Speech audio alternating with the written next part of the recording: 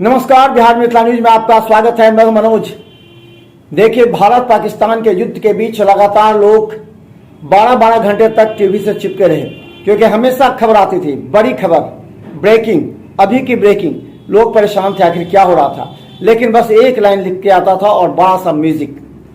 देखिए, इस भारत पाकिस्तान के युद्ध के बाद कई ऐसे सबक हैं जिसे लेने की आवश्यकता है।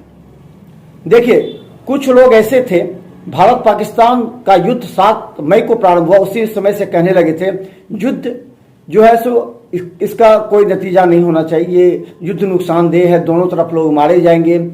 कई मौलानाओं ने कहा था आकर के कि युद्ध नहीं होना चाहिए, वार्ता होनी चाहिए थी। यहां तक कि पाकिस्तान में जिस तरह हमले भारत ने किए, उससे आहत होकर के कुछ लोगों के दिल में चोट पहुंची और वो लोग उस समय तक खामोश थे। लेकिन जब सीज फायर हो गया, उसके बाद उनकी जुबानें चलने लगी। अब जरा एक बात समझिए, लोग कह रहे हैं भारत ने क्या किया। पता नहीं उन लोगों के चश्मे उस समय थे या नहीं, या कौन से नंबर के चश्मा पहनते हैं वो, जो कुछ नहीं दिखाई देता। ऑपरेशन सिंदूर के बाद पहला जो अटैक होता 14-15 दिन के बाद, जरा दिल पर हाथ रख के समझ ही लीजिए इस बात को। ये युद्ध दो घर का नहीं होता है युद्ध। अब जो युद्ध होता है वो मिसाइल का युद्ध होता है, वो पूरी तरह एआई टेक्नोलॉजी पर होता है। एक बटन और कई की मौत, बहुत से तबाही। अब वो लड़ाई होती है। उस युद्ध से पहले जिस तरह आपका S-400 ने जो कमाल दिखाया, कोई नहीं जानता था इससे पहले। 14-15 दिनों के अंदर भारत ने पहले अपनी सीमाओं को मजबूत किया, बाहरी और अंदर से भी कोई विद्रोह न हो, बांग्लादेश को अटैक न करे, तमाम बिंदुओं पर गहन मंथन चली। इसके बाद पूरी तरह S-400 को लगाया गया एयर डिफेंस सिस्टम को सब जगह। जरा समझिए, 14-15 दिनों तक भारत ने पूरी तैयारी कर ली। इसके बाद अटैक प्रारंभ हुआ। 9 बेस जो आतंकी के कैंप थे उसको उड़ा दिया गया।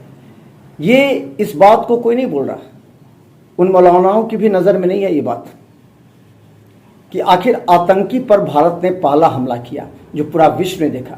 वो किसी पाकिस्तान के एयरबेस पर नहीं किया था, कोई मिलिट्री कैंप पर नहीं किया था, वो आतंकवादियों के ठिकाने पर जहां से आतंकवादी गतिविधियां चलती है वहां किया था।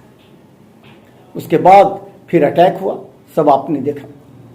देखिए एक बात, भारत ये ज्यादा नहीं बता सकता कि हमने पाकिस्तान में घुसकर कितना बड़ा नुकसान किया, वो धीरे धीरे आपको मिलेगा। लेकिन जरा इस बात को समझिए, मोटे मोटे शब्दों में, जो मोटे बुद्धि वाले हैं उनको हम थोड़ा सा समझाना चाहते हैं। जब अगल बगल के लोगों में, दो पड़ोसी, दो घरों के बीच में झगड़ा होता है, मारपीट होती है, तो क्या, जरा दिल पर हाथ रखकर सोचिएगा इस विश्लेषण को, तो क्या आप पुलिस स्टेशन में जाके कहते हैं कि हमने उसके घर में घुसकर मारा? नहीं कहते हैं। आप कहते हैं उसने ही हमारे घर में घुसकर मारा, हमारे सामान लूट लिए, हमें मारा पीटा, हमारे घर के 5 आदमी घायल हैं। आपने कभी नहीं कहा कि हमने भी उसके घर में घुसकर मारा, क्योंकि ये डिप्लोमेटिक रूप से भी सही नहीं होता है, और ना ही जो आपका पक्ष होता है उसको मजबूत करने के लिए। आपने जो नुकसान पाकिस्तान को दे दिया उसे वर्षों याद रखेगा। और बहुत सी बात कहने की नहीं होती है, कुछ बात गुप्त भी रखा कीजिए। कुछ लोग तो ऑपरेशन सिंदूर पर ही उंगलियां उठा रहे हैं। कैसे समाज में लोग हैं समझ में नहीं आता है। उनके घर में हमला हो जाए, कोई घर में मारपीट के तो हाय तौबा पूरे देश में मचा देते हैं। लेकिन 28 के सिंदूर उजड़ गए, उन लोगों के लिए बोलने वाला नहीं है। वो कहते हैं ये तो हो सकता है कि चुनाव का, कुछ लोग दबे जुबान ये भी बोल लेते हैं। देखिए कितनी मानसिकता, ओछी मानसिकता के लोग हैं। कहते ये तो चुनाव है बिहार में, इसलिए हो सकता है, पुलवामा भी हुआ था, उस समय भी चुनाव था। क्या कोई ऐसा कर सकता है क्या? लेकिन आपकी सोच कर सकती है, आप कर सकते हैं। इसीलिए जरा समझिए, जब दो घर में झगड़ा होता है तो आप ये नहीं बताते कि हमने उसके घर में घुसकर कितना मारा, आप हमेशा ये कहे कि उसने ही हमें मारा, लूटा सामान।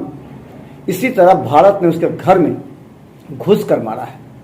ये बातें सभी जानते हैं, लेकिन उतना ही बताना चाहिए, उतना ही बोलना चाहिए जितना आपको समझ में आए और जो गुप्त रख सके। बाकी तो जो जांच होगी, जब सेना अपनी पुष्टि करेगा वो हो सकता है उसके बाद। लेकिन आप स्टेशन नहीं कर सकते, एसी रूम में बैठ करके, ड्राइंग रूम में बैठ करके पकोड़े खाते हैं, चिकन बिरयानी खाते हैं, चिकन प्याजा खाते हैं और बड़ी मस्ती के साथ पकोड़े खाते हुए टीवी देखते हुए कहते वाह वाह। लेकिन आप नहीं समझते, आपके उस वाह वाह के पीछे अगर आपके घर का एक व्यक्ति अगर नुकसान हो जाए तो आप रोते चिल्लाते रहेंगे। लेकिन अगर जो लड़ाई जिस मुकाम पर पहुंच चुकी थी उसका मतलब साफ था, अब रिहायशी इलाकों में पाकिस्तान बमबारी करता और भारत को भी करना पड़ता। उधर से भी 2-4-5 लोग मारे जाते, इधर से भी 2-4-5 लोग मारे जाते।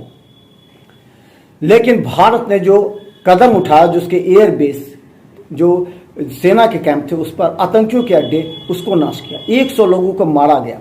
लेकिन ये कोई जिक्र नहीं कर सकता 100 आतंकवादी को मारा गया, जिसमें 5 खूंखार आतंकवादी के तो नाम बता दिए गए। उस पर कोई चर्चा नहीं करेगी, कोई नहीं कहेगा कि हाँ अब भारत ने ये किया है। लेकिन भारत ने सीज फायर कर लिया तो कहेंगे भारत ने तो घुटने टेक दिए, भारत ने तो अमेरिका के दबाव में आकर कर दिया। जरा भाई सोचिए, भाई साहब सोचिए, आपका देश है, पाकिस्तान में जाकर के देखिए ना किस तरह त्राहिमाम होती है। और पाकिस्तान की सेना, रक्षा मंत्री ने जिस तरह बयान दिया, आपको तो शर्म से, उन लोगों को हम कहना चाहते हैं जो भारत के पर सवाल उठाते हैं, अपने देश पर सवाल उठाते हैं, उन लोगों से कहना चाहते हैं कि रक्षा मंत्री ने जो बयान दिया, समझिए वो अपने बच्चों को सेकेंड लाइन बनाया है। क्या कहना है उनका? हमारे जो बच्चे हैं वो सेकेंड लाइन के लिए तैयार है, सेना की सेकेंड लाइन तैयार है। बताइए, आप उन्हें डॉक्टर इंजीनियर पढ़ा लिखा कर बनाएंगे? इंडिया में तो बन रहे हैं ना, इंडिया में तो मुस्लिम संप्रदाय के लोग भी बन रहे हैं इंजीनियर डॉक्टर। आपके यहाँ क्यों नहीं बन रहे हैं पाकिस्तान में? और कुछ तथाकथित लोग उस मानसिकता के, उसके विचारों को बढ़ावा देते हैं। खुलकर तो नहीं बोलते हैं, लेकिन उनके दिल और दिमाग में जो चल रहा है ना, ये सब समझने लगे, सब जानने लगे कि उनके दिल और दिमाग में क्या चल रहा है, क्यों इस तरह बोलते हैं। देखिए, पहलगाम में 28 हिंदुओं को मारा गया। भले इस बात पर लोग सवाल उठा रहे हैं कि धर्म उसके मारने का समय नहीं था, लेकिन उनके पास पर्याप्त समय था, पूछा, मारा। उसमें 1-2 मुस्लिम भी मारे गए। तो ये आतंकवादी हिंदू मुस्लिम नहीं देखते, वो देखते हैं सिर्फ आतंक किस तरह मचाना है, किस तरह खौफ हो। अगर श्रीनगर में खौफ होगा तो निश्चित तौर पर आपके व्यवसाय, आपके पर्यटन जिस तरह नुकसान पहुंचाने गए। देखिए किस तरह लाल चौक तक उसके मिसाइल पार गए थे, किस तरह डल झील तक जो कि पर्यटक का साधन था वहां गए थे। अब समझिए भाई साहब, अब समझिए, अब समझने का मौका है। अगर आप अभी भी विरोध करेंगे देश का, तो एक वो समय आएगा जो आपके लिए जो अपनी जमीन है, जहां आप बोलते हैं खड़ा होकर के, वो भी नहीं बोल पाएंगे। समय रहते समझने का मौका है। हमें हिंदू मुस्लिम नहीं करना है, हमें अपने देश के बारे में सोचना है कि किस देश में हिंदू भी रहते हैं। कहते हैं ना, बहुत से लोग कहते हैं हम इस देश के हैं, क्यों छोड़ के जाएंगे। लेकिन जिन्हें छोड़ के जाना पड़ रहा है बॉर्डर पर, उनसे जरा पूछ लीजिए ना, वो कहते हैं हम पाकिस्तान नहीं जाएंगे, हमें इंडिया में ही सही है। वहां मारपीट होती है, वहां खाने के लोग लतायत हो जाते हैं। और आप लोग, कुछ लोग बढ़ावा देते हैं इसी मानसिकता को। हम तमाम लोगों से कहते हैं कि जब विपदा की घड़ी परिवार में आती है ना, तो सब एकजुट होकर के मिलते हैं तो आप जीतते हैं।